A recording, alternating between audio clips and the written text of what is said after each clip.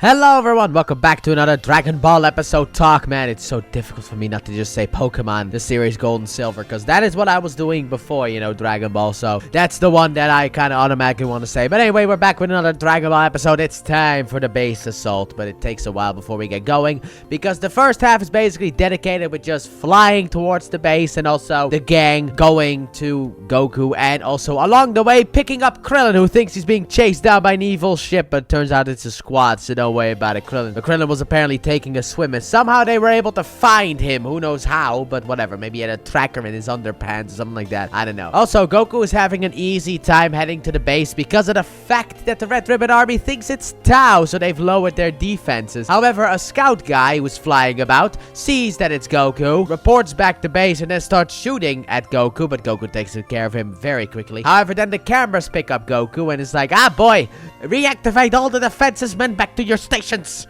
We gotta defend the base. So first, obviously, the attack starts with missiles being fired, but Goku's able to evade all that. Afterwards, there's a bunch of ships, and Goku just goes through them like they're nothing. And then Commander Red is like, you people are as useful as snowshoes in the summer. And I'm like, that's a weird analogy, but I'll allow it. So eventually, Goku makes it to the base. He gets inside, and then he starts punching everyone. And then afterwards, he's like, wow, okay, where's the rest of the people? Because I thought this base would be bigger. He turns around the corner, and everyone is standing there like, like in the movie 300, when they're defending the pathway, and they're all just like standing there. It's like, basically, that's what they're all doing. They're all Spartan-like. But then Goku beats up some other people. He goes into a building and beats up some other guys. You know how it is. And to be honest, there's something very satisfying about just seeing Goku just beat up some people, okay? It's very satisfying. Very relaxing as well to see that happen. It's kind of like, when you play God of War, but instead you just turn it on easy difficulty and just rip through everyone because you want that speed run trophy that's in the game. That's basically how it feels. And to be honest, I know people will look down on people playing on easy difficulty, but sometimes you can do that just to feel, some relax, because there's no challenge, so you can just basically barrel through people like they're nothing. It's just relaxing, sometimes you just want to relax and not be stressed out because you can't beat a certain boss, that kind of stuff. Also, Violet sees Goku, but she does not decide to engage. Instead, it seems like she has some other plans, because well, actually, I forgot if that happens in this episode or the next one, but she's going to steal the money. Let me just say that. She's basically gonna go into Red's vault, take some of his money, and then escape. That's basically what her whole character's like. Meanwhile, the gang is getting closer. However, one of the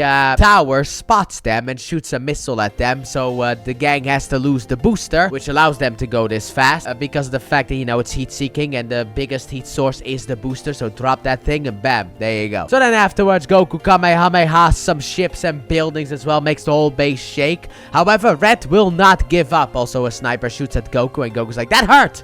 It's like, what is the kid made out of? So then, they get the information that Goku is apparently heading to the 8th wing, so obviously, Red and Black head over there as well, because that's where the Dragon Balls are. And he's like, I will never let you take them, I will never let him take you two away from me. However, Black has a different idea. He's like, why don't we just leave, okay? Cut our losses, abandon the base, give the boy what he wants, okay? It's not worth losing the Red Ribbon Army over. But that doesn't really sit well with Red, sadly enough. So then Goku gets to the building, and he's like, how do I get upstairs? Because there are no stairs. Meanwhile, in the shot, there's a giant elevator, but whatever. I guess Goku doesn't know how to operate that thing. Well, since there is no stairs, well, how about we just punch up, huh? Never push down, always punch up. So Goku jumps up and punches through the ceiling, gets to the next floor, and that's basically where the episode ends, because, well, this is going to be a 2-parter, technically a 3-parter. What I hate about this saga is the way that it ends, because while the next episode is indeed titled The End of Commander Red, this saga doesn't necessarily end until we get to, like, the episode after that. Because in the episode after the end of Commander Red, Goku still isn't done with the Red Ribbon Army. He finishes off the Red Ribbon Army with the next episode after that. And then we get into the Fortune Teller Baba stuff. But overall, like I said, I very much enjoyed this episode. Like I said, it's just satisfying and relaxing to see Goku beat some people up. So let me know what you guys thought about this episode in the comment section down below. With that being said, thank you also very much for watching. And I do hope you guys have enjoyed. And if you did, please like button, subscribe if you haven't done so already. Turn on notifications. Don't forget to check out the Let's Play channel link in the description and at the end of the video.